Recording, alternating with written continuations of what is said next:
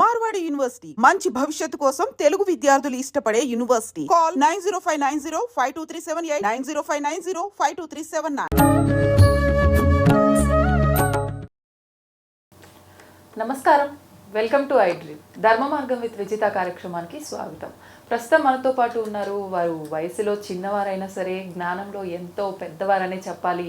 వారే ప్రవీణ్ కుమార్ శర్మ గారు. ఇప్పుడు వారితో మాట్లాడి మరిన్ని మంచి మంచి విషయాలు తెలుసుకునే ప్రయత్నం చేద్దాం. నమస్కారం అండి. బాగున్నాను, మీరు ఎలా ఉన్నారు? చాలా కాలం అయింది. మర్చిపోయారు మీరు మా ఛానల్కి రావటం, ఛానల్కి వచ్చే దారిని మర్చిపోయారు అనుకుంటా.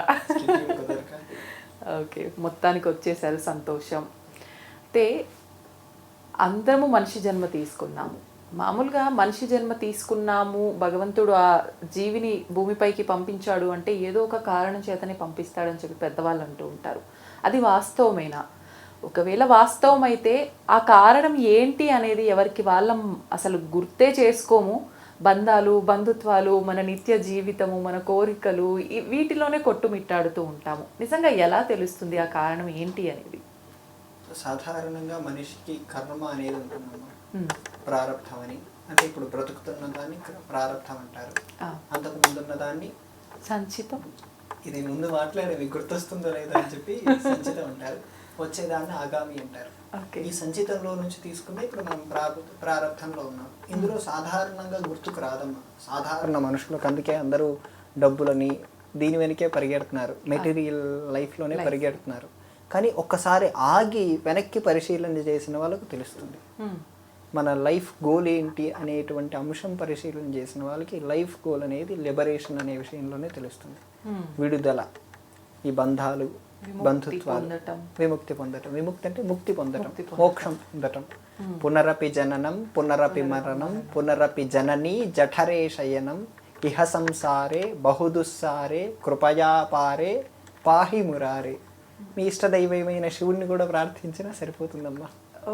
గుర్తుందా? మీకు శివుడు ఇష్టదైవం అని. ఇందులో ఈ శ్లోకంలో మురారిని ప్రార్థిస్తే ఈ సంసారం అనే దాంట్లో నుంచి బయటపడతారనే అంశం చెప్తారు. ఒక్కసారి వెనక్కి ఆగి పరిశీలన చేసుకోవాలి. మన జీవితం ఏంటి? మన జీవిత లక్ష్యం డబ్బులు మాత్రమేనా, లేదా ఇక్కడే స్టెక్ అయిపోవాలా? డబ్బులు అనుకుంటే పుట్టుకతోనే ధనవంతులు ఇంట్లో పుట్టచ్చు కదా. సో ఎందుకు ఇలా వస్తున్నాం అనే వెనక్కి ఆగి పరిశీలన చేస్తున్నప్పుడు మనకు ఇందులో క్లారిటీ వస్తుందమ్మా. క్లారిటీ వచ్చిన వాళ్ళు కొంతమంది సన్యాసం తీసుకుంటారు, కొంతమంది ఈ ఆధ్యాత్మిక విచారణలో వెళ్తారు, కొంతమంది ట్రావెలింగ్ చేస్తారు. నన్ను అడిగితే ట్రావెలింగ్ బెటర్ అంటాను. ఎందుకని? తెలుస్తుంది అన్ని తెలుసుకునే. ఇప్పుడు అలోన్ ట్రావెలింగ్ చాలా ఇంపార్టెంట్ అమ్మా. ఒక్కరే ఒంటరిగా ప్రయాణం చేయడం చాలా అవసరం అంటాను. ఇప్పుడు చాలా మంది అలా చేస్తున్నారు కదా. అంటే అవి బీచ్లని ఇటువంటి వాటి కాకుండా క్షేత్ర పర్యటనలు చేయాలి. అక్కడ బ్రహ్మచర్యం పాటిస్తూ సాధనా మార్గం అంటే ఏంటి, అక్కడున్న వ్యక్తుల పరిస్థితులు ఏంటి, అది రాష్ట్రానికి ఒక రకమైన పరిస్థితులు ఉంటాయి. అవన్నీ పరిశీలన చేశాక మనం అంటూ ఒక క్లారిటీకి రావాలి. అప్పుడు మనం బంధాలు ఉంచుకోవాలా, తెంచుకోవాలా, ఉంచుకుంటే ఎంతవరకు ఉంచుకోవాలి, తెంచుకుంటే ఎలా తెంచుకోవాలి, ఈ క్లారిటీ వస్తుంది. దీనికి ట్రావెలింగ్ అనేది చాలా ఇంపార్టెంట్. నేను దానిలో 2019 నుంచి అష్టాదశ శక్తి పీఠాలు, ద్వాదశ జ్యోతిర్లింగాలు, విదేశాలతో సహా ట్రావెలింగ్ చేశారా? 30 క్షేత్రాలు అయిపోయాయమ్మా. అష్టాదశ శక్తి పీఠాలు, అక్కడ చండీ హోమం చేశాను అన్నిటిలోనూ, ద్వాదశ జ్యోతిర్లింగాలు అన్నిటిలోనూ హోమం చేశాను. ఇదంతా ట్రావెలింగ్. ఎక్కడో శ్రీలంక, ఎక్కడో కాశ్మీర్, అక్కడి పరిస్థితులు వేరు, ఈ దేశపు పరిస్థితులు వేరు. మధ్యలో ఎక్కడ ఉండే కంచి, కామాక్షి, అక్కడి పరిస్థితులు వేరు. ఒక్కొక్క పరిస్థితిని అవగతం చేసుకొని ఆ సందర్భానుసారంగా ఎలా బ్రతకాలి, డిప్లొమాటిక్ లైఫ్, ఇవి అర్థమవుతుంది. ఈ డిప్లొమాటిక్ లైఫ్లో, మెటీరియల్ లైఫ్లో ఎలా ఆధ్యాత్మికంగా బ్రతకాలో అనేది కూడా ఈ క్షేత్ర పర్యటన చేస్తున్నప్పుడు అర్థమవుతుంది తల్లి. అంటే ఖచ్చితంగా అర్థం అవుతుందంటారా? కొంతమంది ఎంతసేపు ఏదైనా క్షేత్రానికి వెళ్ళామా, అక్కడ ఉన్నంతసేపు ఏదైనా విన్నామా, చేసామా, ఆ ధ్యాసలో ఉన్నామా, తర్వాత అక్కడ నుంచి బయటకు వస్తే మళ్ళీ నార్మల్ అయిపోతారు, ఎవరి లైఫ్ వాళ్ళదే అయిపోతుంది. ఎలా అలాంటప్పుడు? మీరు మాట వినే ఉంటారు ఖచ్చితంగా. శ్రీకాళహస్తి వెళ్ళిన వారు మరో క్షేత్రానికి వెళ్ళకూడదు అనే మాట మీరు ఖచ్చితంగా వినే ఉంటారు. అవును, ఎందుకని అంటారు? ఇదేనమ్మా కారణం. ఏది? ఈ కారణమే, ఆ అనుభూతి. ఓ వేరే క్షేత్రానికి వెళ్తే ఆ క్షేత్రానికి వెళ్ళినటువంటి అనుభూతి మర్చిపోతారు కాబట్టి డైరెక్ట్గా ఇంటికి వెళ్ళండి అనేటువంటి ఉద్దేశమే చెప్పారు. ఓకే. మీరు ఓ సినిమా చూసారనుకోండి, ఆ సినిమా అనుభూతి ఆ రోజు మొత్తం ఉంటుందా లేదా? ఉంటుంది. ఈ క్షేత్రంలో ఉండేటువంటి ప్రాముఖ్యత అంత గొప్ప తల్లి. అక్కడ వాయులింగం అని ఉంటుంది, ఎవరు ముట్టుకోరు దాన్ని, ఆ అర్చకులు కూడా ఎవరు ముట్టుకోరు. అక్కడ అమ్మవారు అంటే అది వాయులింగం కాబట్టి అలాగే ముట్టుకొని అభిషేకాలు చేయటం ఏమి ఉండవు, అలంకారాలు కూడా చాలా సింపుల్గా ఉంటుంది. అక్కడ మనకు మామూలుగా అంతటా జరిగే శివాలయాల్లో పూజలు ఎలానో అలా ఉండవా? అక్కడ పూజ విధానం ఉంటుంది, కానీ ముట్టుకోవటం, ఇప్పుడు మామూలుగా అభిషేకం చేసినా ముట్టుకోవాలి, ఇక్కడ అభిషేకం ఉండదు, ముట్టుకోవటం ఉండదు, ఇలా ఏం ఉండదు. వాయులింగం తెలియదంతా. అలాగా అక్కడ అమ్మవారి పేరు జ్ఞాన ప్రసూనాంబ. ఈ స్థాయి ఉన్నప్పుడు అక్కడ జ్ఞానమైన అనుభూతులు ఎక్కువగా వస్తాయి. శ్రీకాళహస్తి క్షేత్రం, ఆ క్షేత్రంలో అనుభూతులు మళ్ళీ మరో క్షేత్రానికి వెళ్తే పోగొట్టుకుంటారన్న ఉద్దేశంలో ఒక నానుడి పుట్టింది. సో మనం దీన్ని తీసుకొని ఒక క్షేత్రానికి వెళ్ళినప్పుడు ఆ అనుభూతిని పొందాలి, ఆ అనుభవం చెందాలి. అవన్నీ చెందినప్పుడు ఆటోమేటిక్గా మనం పొందగలం. కానీ ఇప్పుడున్న ఈ మెటీరియల్ లైఫ్లో వాళ్ళు దాని గురించి ఆలోచిస్తే ఇక్కడికి వస్తున్నారు కాబట్టి వాళ్ళకు పొందటం లేదు తల్లి. మీరు ఇంటర్వ్యూల గురించి ఆలోచించి క్షేత్రాలకు వెళ్తే ఇంటర్వ్యూలే గుర్తొస్తాయి కానీ క్షేత్రం గుర్తు. వాస్తవం. ఈ మధ్య నేను ఒక క్షేత్రానికి వెళ్తే కూడా అక్కడ నేను తిరుగుతున్నంతసేపు ఆ అనుభూతులతో పాటు నేను వెళ్ళిన తర్వాత ఏ గెస్ట్తో ఏ టాపిక్ చేయాలి, దీనికి సంబంధించింది ఈ ఫోకస్ ఎక్కువ పెట్టాను నేను నిజంగా. మీరు సాధారణంగా వస్తుంది కానీ ఫస్ట్ ఈ అనుభూతి పొందితే ఇది ఆటోమేటిక్గా గుర్తొస్తాయి తల్లి. ఇది నేను యాంకర్లతో మాట్లాడినప్పుడు అందరు ఇదే మాటలు చెప్పారు. మేము ఆ క్షేత్రానికి వెళ్ళామండి, అక్కడ మీ గురించి ఇంటర్వ్యూ చేసింటే బాగుండేదని చాలా మంది చెప్తారు. కానీ ఈ అనుభూతి ముందు, ఆ భగవత్ అనుభూతి, ఆ క్షేత్రంలో ఉండే ఆ మూర్తిని పరిశీలించాక మనకు వచ్చే అనుభూతిని పొందాక తర్వాత చేస్తే బాగుంటుంది. మీ ఆలోచన అవసరమే ప్రొఫెషన్ పరంగా, ఇన్నర్ ప్రొఫెషన్కి ఇది అవసరం. వాస్తవంగా మీరు అన్నట్టు ఏ ప్రాంతానికి అయితే ట్రావెల్ చేసామో ఆ ప్రాంతంలో ఆ యొక్క అనుభూతులు అవన్నీ కూడా మనం కనుక తీసుకోగలిగితే, ఆచరించగలిగితే అసలు ఏంటి నా జన్మకు సార్థకత అనేది ఖచ్చితంగా అర్థమవుతుంది అన్నారు కదా.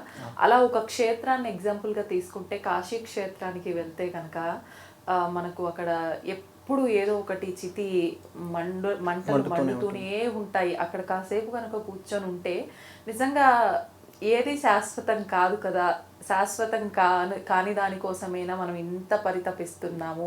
నిజంగా ఇది ఖచ్చితంగా ప్రతి ఒక్కరి మైండ్లో వస్తుంది కదా. మణికర్ణిక ఘాట్లో కూర్చొని కాలుతున్న శవాలను చూస్తున్నప్పుడు ఒక గంట సేపు ఆ అనుభూతి ఉంటుందమ్మా. కాశీ నుంచి తిరిగి వెళ్ళేంత వరకు అనుభూతి ఉంటుంది, తర్వాత అనుభూతిని స్థిరం చేసుకోలేరు. నిజంగానే. ఎందుకంటారు అలా? అలా శ్మశాన వైరాగ్యం, ప్రవచన వైరాగ్యం ఎప్పటి కాలము నిలవవు.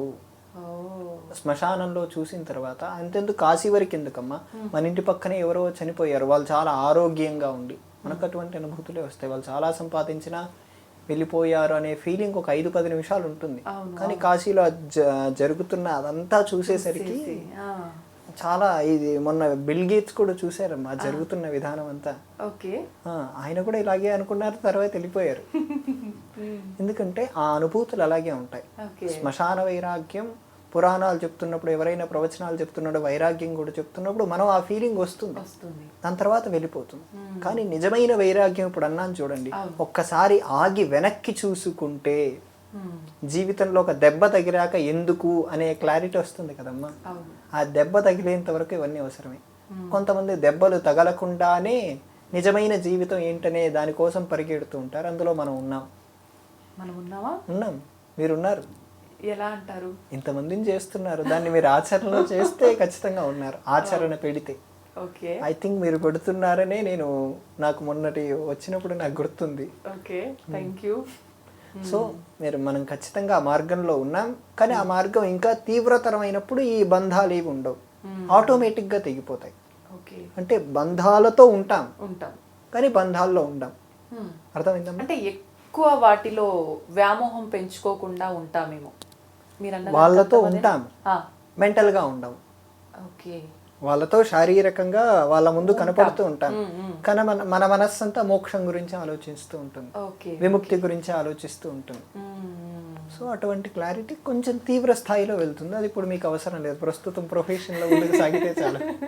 అవును, ఇప్పుడు నాకు నిజంగా లేదు అలా. మీరు కాస్త ఇంకా పెద్దవాళ్ళని ఇంటర్వ్యూ చేసి ఇంకా పెద్ద స్థాయికి రావాలని నేను కోరుకుంటున్నాను. థ్యాంక్ యూ అండి, థ్యాంక్ యూ.